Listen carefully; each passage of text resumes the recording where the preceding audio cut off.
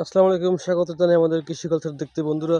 আমি যে নতুন মাটি কাটিয়েছি সেখানে পানি দেওয়ার জন্য একটা submersible jug pump, DC jug pump পানিতে চুবিয়েছি। এই যে জগ পাম্পটা পানিতে চুবিয়েছি।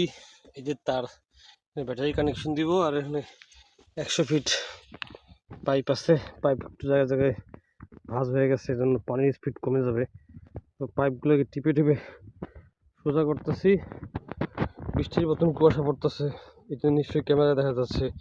একদম বৃষ্টির মতন কুয়াশা পড়তেছে, এই যে একদম বৃষ্টির মতন কুয়াশা পড়তেছে।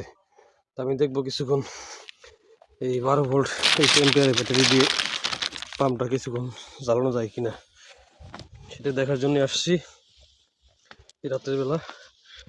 এই যে ব্যাটারিটা বসাইলাম, তো কানেকশন দিব, কানেকশন দিয়ে দেখাচ্ছি। আলহামদুলিল্লাহ, কানেকশন দেওয়া শেষ। এখন নিশ্চয়ই পানি উঠবে। এই যে দেখতে পাচ্ছি পাইপ ভরে ভরে পানি উঠতেছে। এখন পানির সোর্স খুঁজে বের করি। আলহামদুলিল্লাহ, পানি উঠে তো একদম ভরে গেছে, মাশাআল্লাহ। পানি উঠে তো একদম ভরে গেছে, পাইপের মুখ একদম গল গল করে পানি বেরোতেছে। এটা দিয়ে আমি এখন যতটা সম্ভব খাবারটাকে ভিজাবো। এটা এখন কাজ, যতটা সম্ভব এখন এটা ভিজাবো।